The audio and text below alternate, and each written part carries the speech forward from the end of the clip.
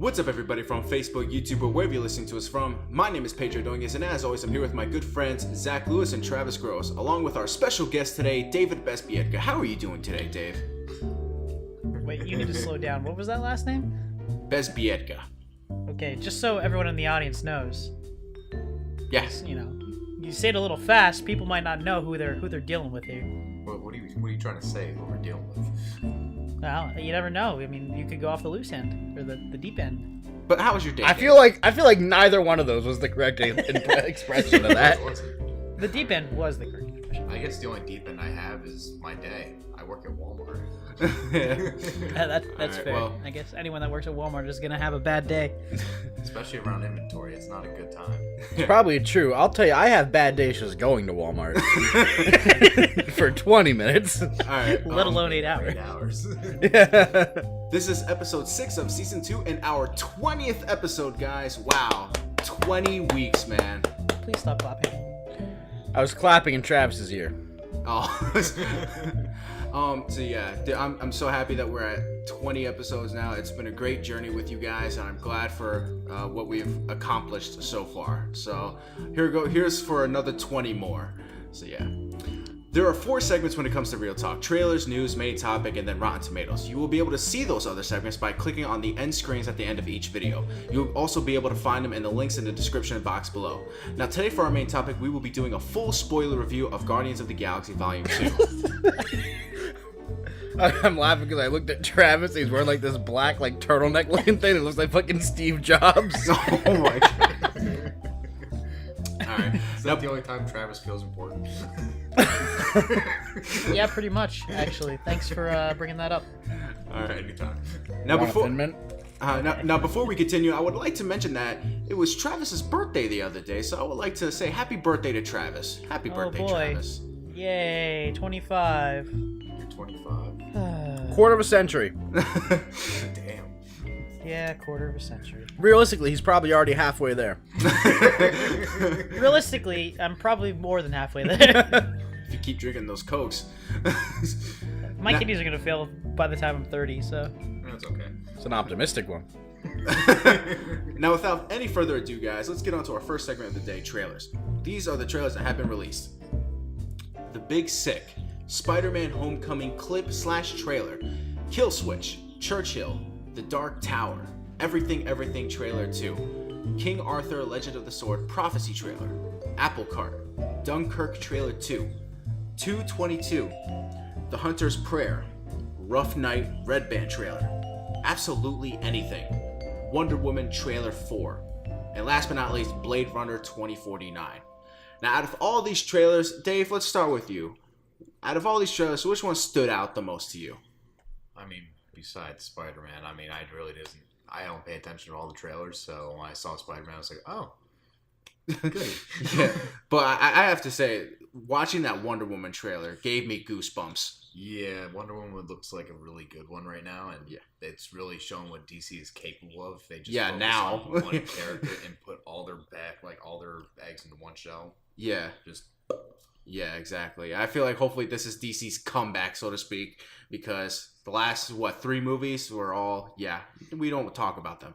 So, what about you, Travis? Yo, you didn't even get Zach's opinion. Zach is so mad over here right now. You should see him. He's like fuming. Okay, fine. What about you, Zach? Well, I actually was waiting to see what Travis wanted to say, so I think we should start with Travis, and then we'll bounce over to me. Okay. Yeah, I think that the Blade Runner 2049 trailer was probably one of the coolest trailers I saw, honestly. I saw the Blade Runner when I was a kid. I don't really remember it very well, but I do remember a lot of the really awesome, beautiful scenery and like a lot of the stuff like that. But I'm pretty excited because Ryan Gosling and Harrison Ford, I mean, 2 of my favorite actors in a movie together. That's awesome. Yeah, it seems like it's gonna be fun. The other really cool trailer that I'm not sure about if I'm gonna like it or not is Apple Cart. And that's only because all of the shots, I love the style of it. I love the way it's done. Like, stylistically, it looks amazing. And I think it was Brian that told us it's the same people who made Your Next, which I really liked. What was Apple Cart again? Was that like the? That's the horror one. It's the horror one where it's like all snowy and stuff. Oh, that one. I don't know. I didn't know how to feel about that like one. with me, I was watching it. It's like if you just turn the sound off and watch it through, it looks like a family trip that went horribly wrong. That's pretty much the plot of the movie. Yeah. Yeah, but, But with the I- music, just- it just sounds silly. But if you watch it without any sound, it looks great. Yeah. Yeah, cinematically, the shots are beautiful. Like, it's a really beautiful looking movie. I just don't know how I feel about it, just like plot wise, you know. Yeah. What about you, Zach? Yeah, just quick to recap how I feel about those ones. Yeah, I'm kind of in the same boat with Apple Cart. I'm not sure how I feel. I'm intrigued. So if it looks Yeah. good and I hear good things, I'll definitely go see it and give it a shot. Blade Runner 2049 looks beautiful. Yeah. It is the same director as Arrival, which when I saw Arrival, I was like, there is a 0% chance that is not my number one movie of the year. And then La La Land came out, and that just threw a wrench in that whole thing. But I absolutely loved Arrival, so I'm really excited. I'm a huge fan of the original Blade Runner. And then Wonder Woman was, I don't know. I like, really it looks, liked it. it was a good trailer, but we've had good trailers for all of these movies so far. So I'm Yeah. not. We've had like Man of Steel trailer 3 was amazing. The first Batman vs Superman trailer was good. Then you had the Bohemian Rhapsody Suicide Squad trailer, which I really liked. Yeah. And this one, it was just sort of like, okay, well, it's a good trailer, so I'm not really gonna I'm just take fairly too much happy to into see it. the return of one of my favorite Imagine Dragons songs, honestly. Anyway, so yeah, Um, but the trailer got me more excited. The one that I liked the most was definitely The Dark Tower.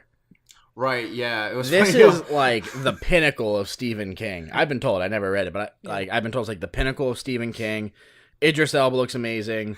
Matthew McConaughey looks amazing, and Matthew McConaughey's playing a villain, which you don't really get too much of. Yeah. Yeah, it was funny. I was watching The Dark Tower. I don't know why. I'm sorry. I don't know why. It was rolling through my head. Like when he was like turning the corner saying something, all I could think of in my head is it was like, you want TiVo or some shit like that. Wanna Yeah, buy- it's actually a spin-off of Tropic Thunder. I was thinking it's like a Lincoln commercial. Like, you want to buy a Lincoln? You want a Lincoln? No, but like honestly, McConaughey outside of this and like the last scene of Frailty, he hasn't really like played a villain ever. Yeah, this should be interesting. Well, I haven't. But he looks really good as the villain, and I still think he should be the MCU's Norman Osborn. Yes. Just Ooh, putting that on the table right now. that would be agree. great. Seeing him as That'd be Green awesome. Goblin would be cool. I'd never read The Dark Tower, but I have a lot of friends who did, and I've been hearing mixed things from those Travis, you don't have a lot of friends. friends. Okay. Oh. I have a lot of friends who did read The Dark Tower, and I've been hearing mixed things from them about like whether or not they think the trailer looks good.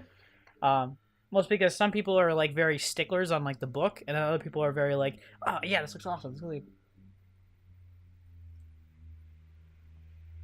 Yeah, I can hear that too.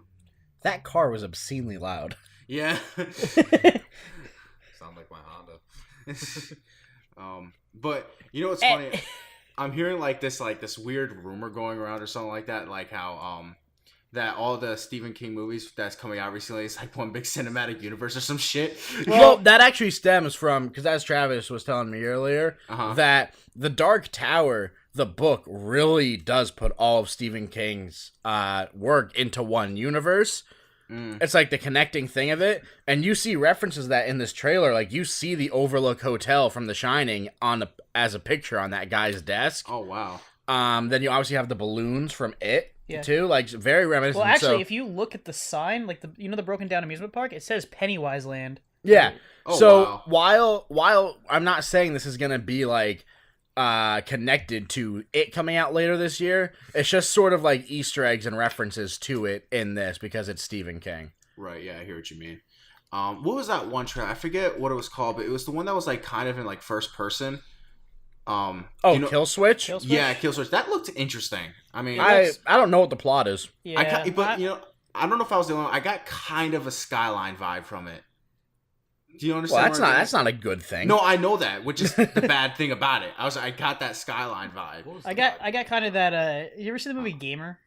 Yeah, with Gerard Butler. Yeah. I got that kind of vibe out of it, honestly. Well, what interests me with Kill Switch is Dan Stevens, Right. the actor. He was most notably he was the Beast in the new Beauty and the Beast, who I still have yet to see. But he's the main character in Legion, and he is phenomenal, and it's such a good show. Yeah. So he's obviously a good actor. He was also in The Guest. That was like an indie movie, came out in like 2014. Did not see it. He was also very good in that. So he's a very good actor. So it's interesting to me just from just from that. But Yeah. the one other trailer I really did surprisingly like was The Big Sick. Yeah, with Ray Romano. Ray Romano, he looks really good in that. And also, I always forget the main character. I always forget the actor's name, but he plays Dinesh in Silicon Valley, which I love. It's one of my favorite comedies. Yeah. It's such a funny show. And so, I don't know. That whole trailer I thought was really well done, and Ray Romano looks hilarious. Yeah, I hope it turns out good. Maybe this will be the return of Ray Romano. Sounds like a horror movie. It's too bad Bobby's not here. Dabra. So I think we can all agree though that nobody really likes the Rough Night trailer. Oh, no, it was terrible. Yeah. It was terrible. It wasn't as good as the first one. The Yeah, first the one. first one at least made me chuckle. Yeah. I did not even grin once in this trailer. Not even a grin. I did grin when she said about the cannibalism thing. I thought that was kind of funny. But Oh, I'm besides that- vegan. Yeah, Yes. I thought that was kind of funny. But I love her. Like, what's her name? I can't think of her. Oh my god. Why am I forgetting now? Yeah, I'm blanking on She's it. in Scarlet- Ghostbusters. Oh, I know. Oh man. Melissa McCarthy. Kate McKinnon. Kate McKinnon. Brian said Kate something and it was able to trigger her last name in my head. Yeah, I love Kate McKinnon. I love Scar Joe. So I'm hoping that What is Scarlett Johansson doing in that movie? I- Honestly.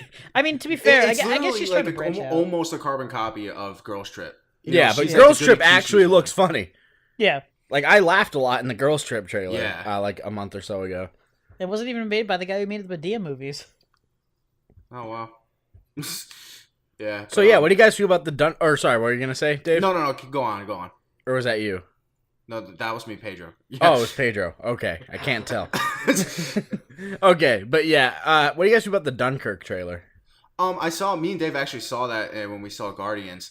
It looks very very war. Interesting. You I mean, it's So- like It looks very war. It was the D-Day one, right? yeah, it was Yeah. I mean, just to watch it, it's almost. Well, no, it's not. It's not D-Day. It's it was World War II. Dunkirk. Yeah, different. Churchill was the one that was referencing No, but if D-Day. you look at it, it's basically the same thing as D-Day. It's one of the invasions, and what was it, 40,000? It was 40,000. They were stuck there, and Yeah. they were like getting bombed and shit. Yeah, But the one thing I don't like about it is that it's PG-13. oh, is it really? I didn't notice Yeah, that. yeah, and like I mean, it's Christopher not- Nolan, like he did R-rated movies like Memento, and I think Insomnia is also R. Yeah. But now, ever since like Batman Begins, he's been doing like PG-13 movies, and I feel like a war movie kind of has to be R. And I think there's gonna be no blood in this movie because it's PG-13. Well, I think if that's the case, then he's really just trying to focus on the characters more than the war. Then. Yeah, but I don't. It's gonna take me out of the movie, like without the water being bloody or anything. Yeah, I understand. I mean, as of right now, people can get away with a lot in PG-13 right now. So we don't know what we might get. Yeah. Remember, there's always one fuck in a PG-13 movie. There's some people. Sometimes he can get away with 2 fucks. Yeah, Moneyball has 2 fucks. Does it? It does. I could give less of a fuck though. 2 fucks in Moneyball. But yeah. I mean, the Hunter's Prayer. I mean, who really gives a shit? Who gives a shit about Sam Worthington at this point? Like honestly. What confused the shit out of me though with the Hunter's Prayer is that Saban Films. I'm like, it's the same company that owns Power Rangers. Yeah, It's- Travis mentioned that as well. I literally saw it. I'm like, I guess they made Power Rangers, and they're just like, all right, I guess we can make films now. Yeah, I guess I don't know. Everything trailer too. I mean, who really gives a shit about that movie? But yeah, I mean, is there really anything else much to talk about? No, I think that we pretty much covered all the main trailers there. Yeah. All right. So, guys, we're going to get into our next segment where we're going to be talking about movie news, and this is where Zach takes the lead from here. So, Zach, what do we have to talk about?